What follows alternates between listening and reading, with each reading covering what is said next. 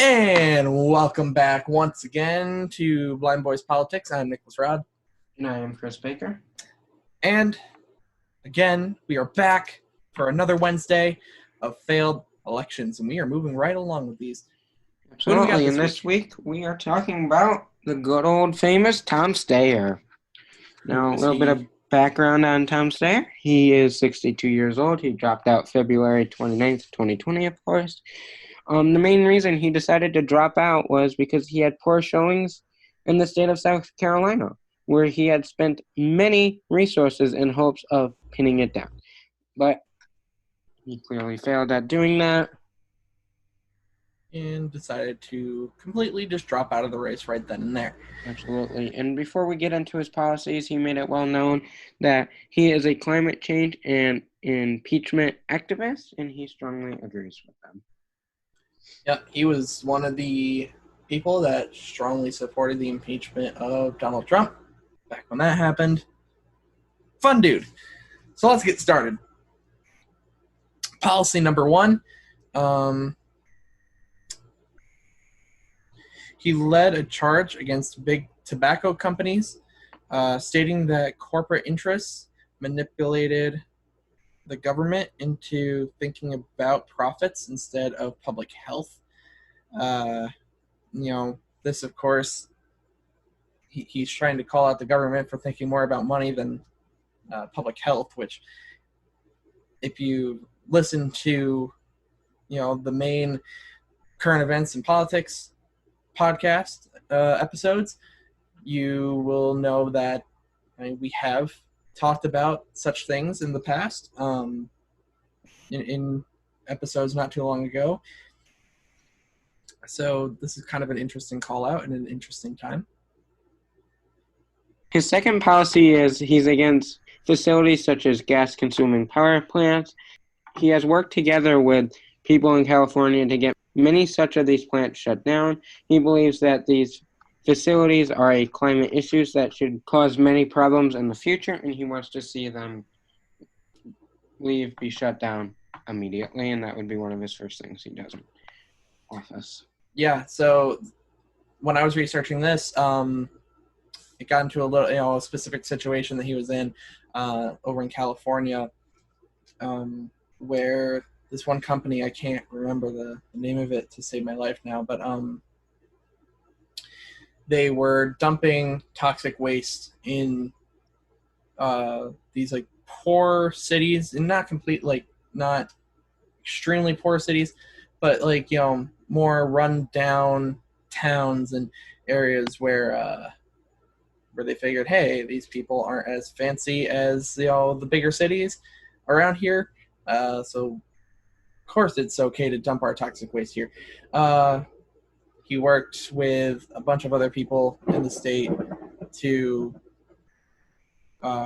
get rid of that and to take care of that, which they had a lot of success in doing. But moving on into his third and final policy, he is largely against big corporations, as we kind of saw with number one in his charge against big tobacco. He helped to close a $1 billion tax loophole in California, then giving that money to schools so they could help, grow and improve. Closing this loophole also created about 20,000 new jobs in the state.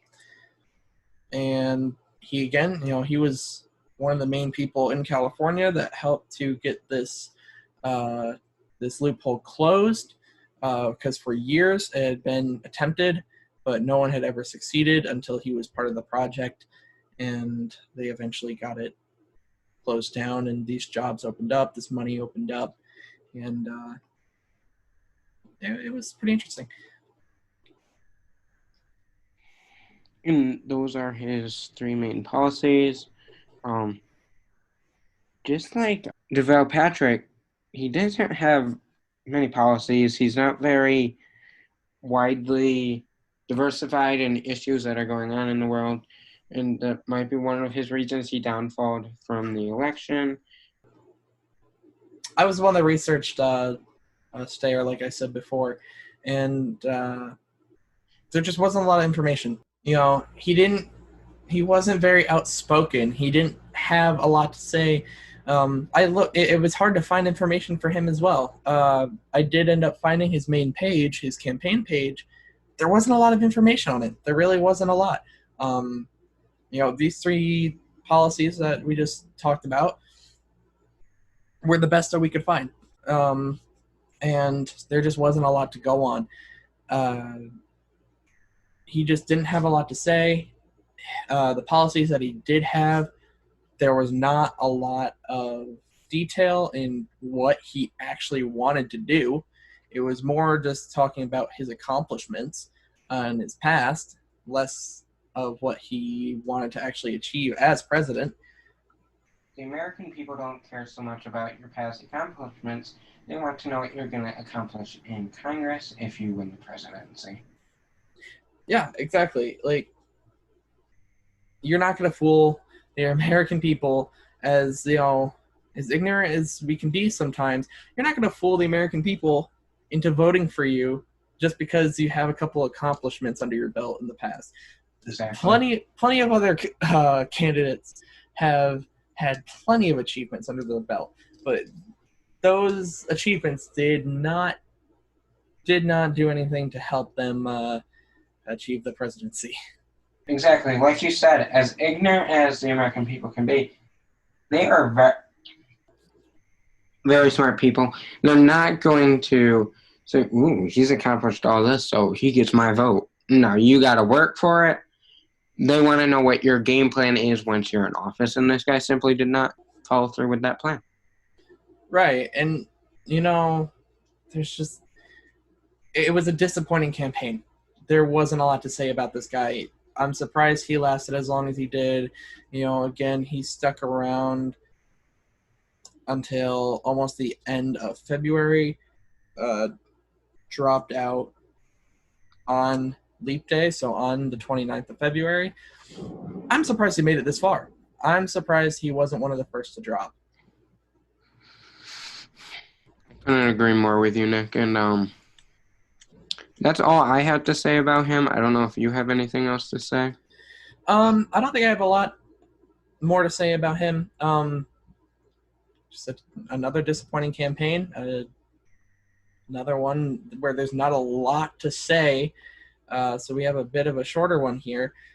But yeah, I mean, if you don't have a lot to say to the people, we don't have a lot to say about you. So, That's a little harsh, but it is truth. It's just fact.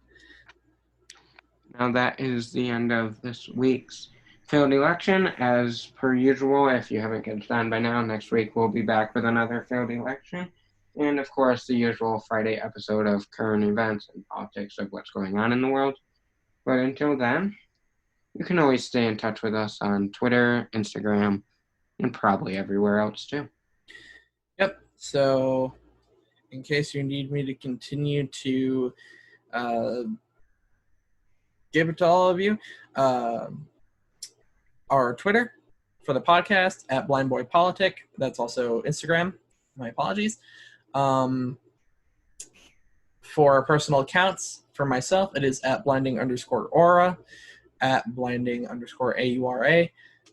For Chris, it is at C_Baker002. Baker, of course, Baker. Next week for this series, we will be talking about Pete Buttigieg.